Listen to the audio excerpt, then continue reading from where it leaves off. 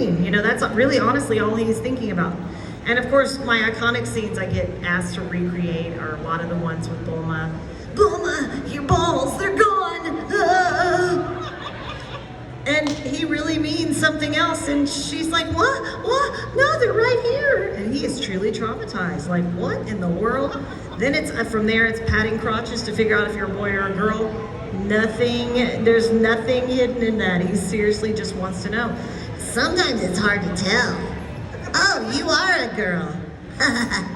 So I like those lines the best. They're seriously just stupid hilarious. And Master Roshi, get off the toilet. You're stinky. Yeah, how can you not laugh at that? So cute. We've all been kids once. So that would have to be my favorite. You had a question?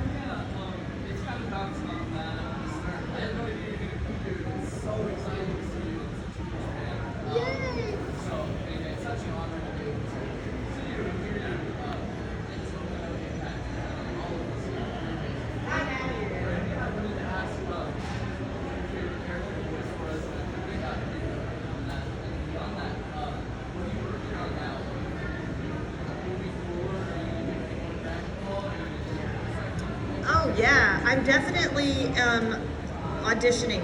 The LA thing worked for a short time remotely.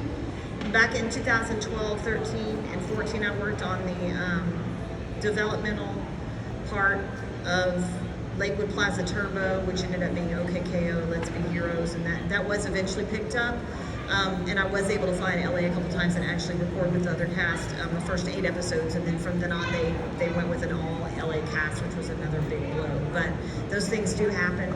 And right now I'm just in transition with, I'm working on booking a lot. I'm on the phone a lot. I'm constantly looking for new items to put on my table, new merchandise.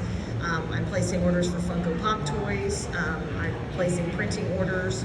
I have a house and 3 animals, and my business manager and I work together. He has a full-time job at home. He works in radio, so sometimes I lay down voice tracks for him for radio commercials, and I'm also auditioning for whatever I can grab. And right now I'm in the process of possibly getting a new agent, because I've got most of my work on my own, but I really need to get with an agency that can actually provide me with more opportunities to audition. Because every time I've tried to go back to LA or New York, everybody's like, well, you live in Dallas. Well, you live in Dallas. And I'm like, I know, but I've got my home studio. Like, I've invested in everything you need and I spent a lot of money on that investment. So now it's about me following up. So I'm kind of in between right now. So I'm auditioning now, but I'm also booking appearances in comic book stores. And yeah, so I stay busy with that. And then occasionally I'll do like a consultation for people that want to get into voice acting, and then I kind of give them a consultation, give them advice. And so I'm just, self-employed, what can you say? I gotta hustle, because there's no benefits. You gotta like save your money, and there's no 401k, there's no, you pay for everything kind of out of pocket. So I've got everything from car repairs and no AC right now that just got repaired. So I gotta, I just hustle the best I can, but also try to not lose sight of that present moment, and really trying to be in the moment and not constantly worried about too much of the past and the future. So I just do a little bit of everything, I guess you could say.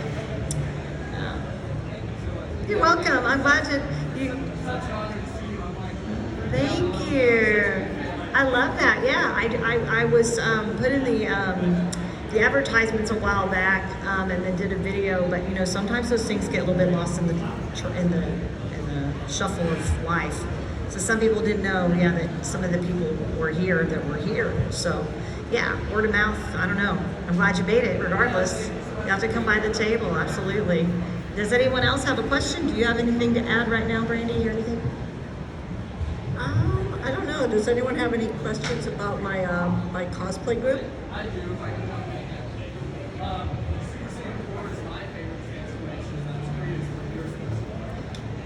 Well, this is actually very different for me doing this one, but I've done the regular Goku. I'm working on doing the Ultra Instinct.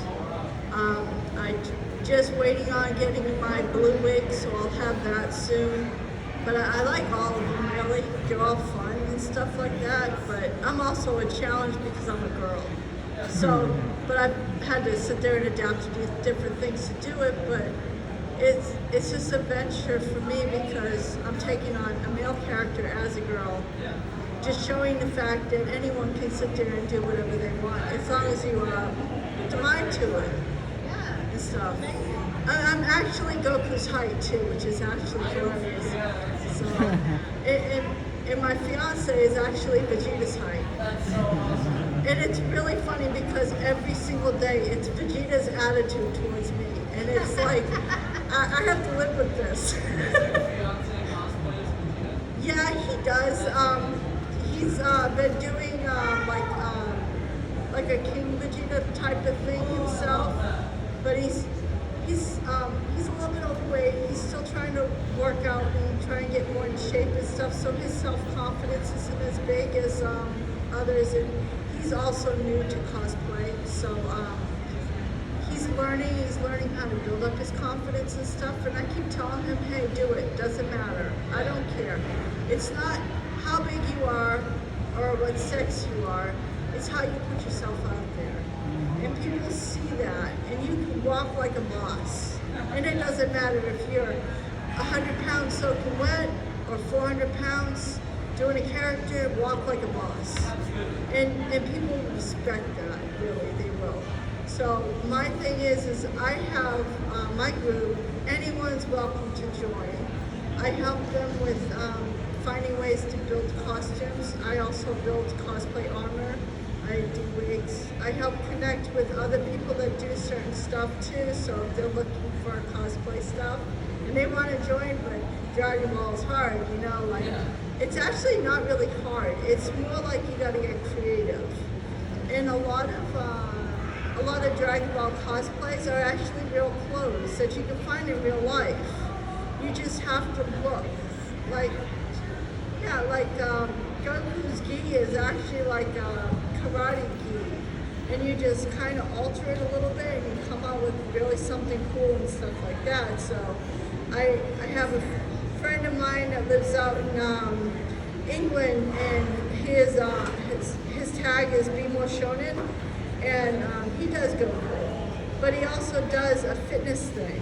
So he's also a voice and an encourager to people to get in shape and to use what they love to do and get in shape. So it's a lot of motivation. I think a lot of people that I've ran into have used Dragon Ball as a motivator to go work out and get in shape and get fit and build up and stuff like that and find their confidence in the world. So it is. Well, you know the funny thing too is us girls doing male characters like this, we have one thing, we don't have to shave. Yeah, that's true. The Dragon Ball characters are not very hairy when they're going through their forms. So we don't have to worry about hairy arms or anything. But that's the beard thing. Those that have beards, like that, but like even for doing basic Saiyans, there's like you can do any kind of custom Saiyan that you want and stuff because they were a race. So it's not like you have to be that one character. You can make your own armor and actually be a Saiyan. So yeah.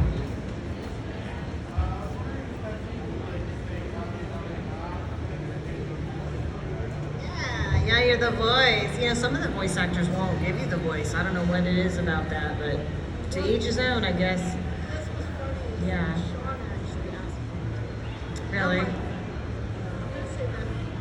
I'll Right. You can do the voice. Right. No, not yelling. Yeah. Yeah, of course I can.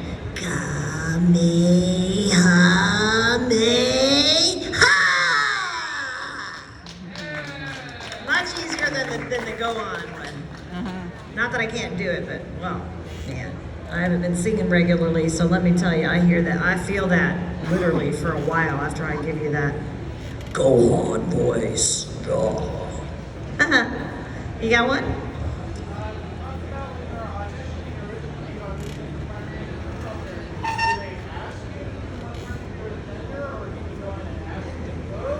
Right. At this particular audition, long time ago, I walked in, told me where to be, and I just looked at the actual, they call them sides, but they're copy, they're like, they sometimes will give you like a picture of the character and then some lines, like random lines. One might be sad, one might be just regular spoken, one might be high stakes, and one might be a scream. And then so when I went in to just read over a few minutes early, I just thought, okay, well, this is a female, so I'll do Bulma, Chi-Chi, Poir. I think I auditioned for like 4 females. And then while in the room with, it was like seriously like a judge. There were like 3 judges, and I was like literally like at a podium like that in a room. And I mean, thankfully I'd had, you know, almost 10 years of live performance. Actually, it was about 10 years of live performance traveling. And so I'd gotten over the stage fright, thankfully. So I just kind of threw it out there, and I had just had fun with it, because they're like, well, can you do the voice of a little boy? And I'm like, well, I mean, yeah, I mean, I can give you what I think a little boy would sound like, because I had stepbrothers and a brother and grew up with, you know, neighborhood kids. And so I also had been imitating Beavis and Butthead.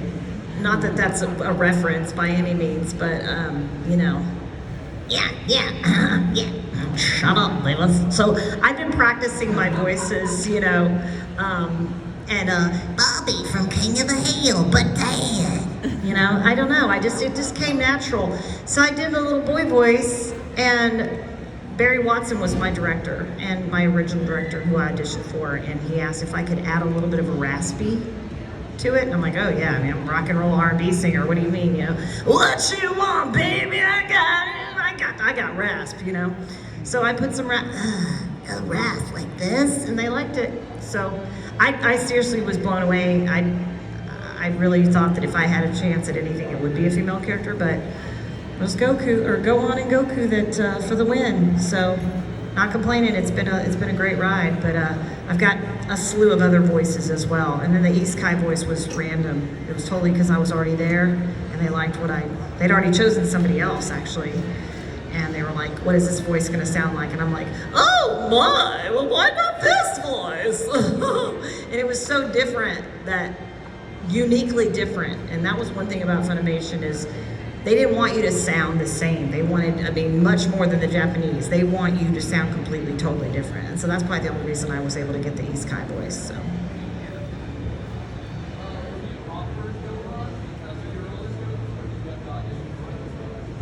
It was actually the other way around. I was cast as Gohan first. They were working on where they left off at the Ocean Dub in Canada, where they'd been, I don't know much about how long they were doing that, but I know that they had a whole cast of characters voicing the English voice actors were in Vancouver. And my director, Barry Watson, was was flying up there, recording at a studio, capturing all the data, bringing it back to Dallas-Fort Worth, and that's when they were doing all of the work on, you know, matching it up, the technical side of it, putting it with it, and releasing shows on VHS. So they'd actually already done a Dragon Ball movie with a different cast right before they hired us. The Blood Rubies one, it was with somebody else. But I auditioned for Goku when they acquired that property to actually start recording Dragon Ball from the beginning. And then what was cool too is once we finished Dragon Ball Z, my character had grown up, so I was working on Dragon Ball at that time, and then we went back and recorded episode 1 through 57 from Dragon Ball Z, so we'd have an entire cast the same. So all of this was kind of done out of order, and when you look back at it, yeah. And then East Kai was kind of thrown in there, and then the German English teacher, and Angela was Gohan's first date. When he goes back to school, I voiced her. She's only 1 episode. Yeah, the redhead. Yeah. Sus up, you wear teddy bear underwear, you know it. So I got to date myself. How about that? Yeah, crazy. And then German English teacher, please open your textbooks to the page 24. and she's a very, very small role. But yeah, when we were starting out, like there was a much smaller pool of talent. And we had one studio, one director, one engineer. Like that's just kind of how it was. And then the company just grew. Then we next thing you know had Studio A, Studio B, Studio C, and now there's like 22 studios there. And Crunchyroll owns it now, and I can't even get in the door. I'm like, remember me? So I'm like auditioning, and I've done a few background vocals there, but I'm still trying to figure out a way to get back in. So it's very it's more competitive now because there's people that literally will move to Dallas Fort Worth to work there. Like they will move there and without a job and like I'm gonna just get a job somewhere and I want to work there so bad. But it's just not that easy. It's just you have to know someone, or you have to already have an agent that gets the audition, and then a new director hears your voice and likes it. Like it's just not that easy. So yeah. Okay, now I gotta ask, what did you think of GT? Because you had a lot of role in GT. You like from beginning to end. So what was your take of doing GT? Well, it was job security for a few more months, maybe a year or so, because Goku gets turned back into a child. And with GT, the cool thing about GT was not only was the animation more like up-to-date modern sci-fi, the animation itself was just better. It was just more recent technology. But I got to voice a character that was actually an adult. So I had to think in my head, okay, before I give these lines, yeah, I'm Kid Goku's voice, but he's an adult in a child's body. So that was where I really got to exercise the really hardcore acting behind it, not just being a voice actor. So thankfully I had quite a bit of acting experience, mostly musical acting experience, but I did major in drama in high school or college. So that's what made that one different, is I'm not just like, hey, I'm Goku and I'm climbing a tree because I don't want to go to the doctor because I hate shots. But it's have to speak like that, but coming from the angle of an adult. And I know that you love GT, and there's a lot of people out there who kind of diss it or like, whatever. But there's also those who really love and embrace GT. So it's like, don't pick on someone for what they love, because that's just not cool. Because we're all geeks about something. I'm a geek out about disco music. I mean, my dad had disco records. I listen to disco music. People make fun of me. I'm like, you can make fun of me all you want. That's my favorite kind of music. So there you have it. I do know, I was hearing rumors with the Dragon Ball Super superheroes. They were going about it in such a way that they were going to tie it back in and bring GT back into canon. So there's going to be a tie-in to some of the stuff that was there that's going to come back in, because even though there's a lot of people that do diss it, there's a lot of people that love it. And if you look deep into the internet and look onto different groups, you see a lot of Super Saiyan 4 artwork. You see a lot of GT artwork. And then I have a friend of mine that lives out in Italy, and he does a baby Vegeta. And it's so like it just jumps right out there. And if he was to walk in here, y'all would freak out. Just totally would freak out. And I told him, because those guys out there don't get to meet these guys over here that much. I said, well, I'm getting ready to go meet up with Mike McFarlane, who did the voice for him. I said, how about I take one of your prints and get it signed? And I did that for him, and he's just over the moon, like, wow. So for me over here, and I got closer access to meeting these guys, I helped my friends out there to help get stuff too. But I know, like, there's a lot of people out there that actually do love GT.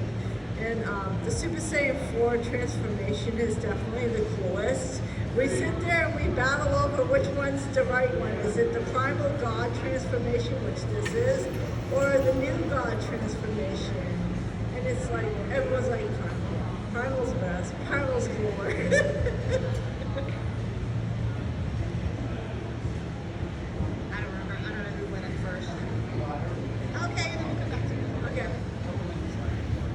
Okay, all right, we'll get two more and then we'll call it.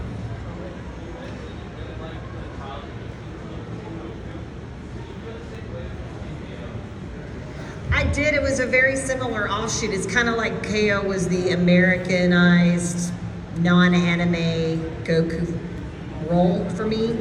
And the creator of that show did seek me out to cast me, which is really cool. I didn't really even have to audition. Like, he had my voice in his head. He grew up watching it. He liked that voice. What we did is we just made it sound unique in the way that he wasn't obviously Kid Goku. He was a kid, but he was a little fighter and he was a little firecracker dude. But the voices were very similar. It's just a different story and different direction. A totally unique experience. It wasn't, so we were recording it before it was animated. So I was just watching like I wasn't watching a screen and matching any flaps. That part was easier. But I had to be given the instruction without anything to watch, other than storyboards, little story, cartoon sketches. That's what we had to go by. So to see it afterwards was really cool, because I hadn't seen it ever before. And then you see the episodes, oh, that's so cool. It's and then we recorded it all together, in one big giant room. So that was totally different too, completely different experience for me. Yeah. So we can do the 2 more probably, and then we'll call it. You were next, right? Yeah.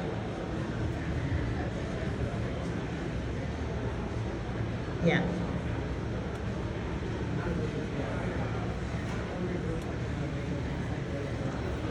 Oh yeah. Yeah. In fact, I even did a TikTok video with a guy from the New York, I guess. I want to say he was in Digimon, and he's like, so what's an inside joke with the fandom? And one of the guys that was recording it said, oh, you gotta say Piccolo's my dad. And but so we traded roles.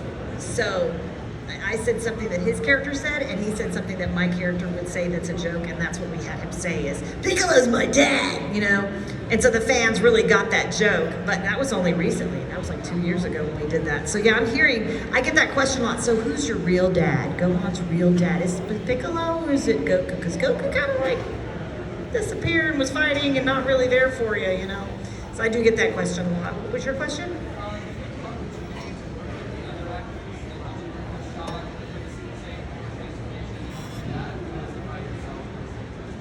With anime and with Dragon Ball Z and Dragon Ball with Funimation dubbing, we recorded one at a time. So we had one studio, one director, one ADR director. Now the ADR directors were switched out here and there, but we would show up one at a time, and we record for say an hour or 2 hours, depending on what episodes they were working on, and then we would just finish up our session. And because some of us had to drive 40, 60, 70 miles to get there. Because it was close, but it was DFW is huge. So just me alone, it would take at least an hour to get there. So they would try to do a 2-hour minimum. So it's hey, you're coming all the way out here. Let's try to give you a couple of hours, try to fit some other background characters, some Wallace and villagers, women screaming, children crying. So I did a lot. That's why a lot of us did a lot of the random side voices, cab drivers, whatever. A lot of us got to, which I thought was really fun, because I got to be other characters minutes apart. I think even one scene, Goku's in the villager scene, and I'm also the little lady. I don't even know if she had a name, but it was Goku talking to a villager, and she was I think he pats her crotch actually, and she's oh, that's a Randy boy. Do you guys remember her voice? She's an old lady in the village. Oh yes. So we would fill the time with that. And then, of course, but we would only see each other coming and going, or at a cast party. And this was when the company was really small. So I do see the other voice actors mostly at these kind of events where they have more than one of us. Yeah, so a lot of them that I've been seeing most recently is Tiffany Vollmer, voice of Bulma, Cynthia Krantz, voice of Chi-Chi, and Linda Young, voice of original Frieza. So those are my ladies. We're the OG Dragon Ball Z ladies, and we've been very happy to get to do a lot of events together. Another one I see a lot, and it's really cool, is Chuck Huber. He's the voice of Android 17, and Hiei from Yu Yu Hakusho. And every once in a while, I'll see some of the other Ocean dub actors, Ian St. Corlett, Peter Kulamas. Sean Schimmel, I haven't seen him in person in years. He moved away, and he was actually almost my roommate. Back in 2000, I bought a house, and he needed a room to stay, but he never ended up living there. But yeah, we were hey, we were gonna talk to each other, living there, hey dad, hey son, we were gonna wouldn't that have been crazy? But it didn't happen. But I normally just see kind of the OGs, because a lot of us, didn't get to come back for Higher Super. So we gotta wrap it up though. What time is it now? It's time. We've been here an hour. I guess that's going to be it for now. Thank you guys so much for coming out for our panel. We're going to be back at our tables. Give it up for Steven for the Mid-Valley Comic Art Expo. You hope you have a good rest of your day.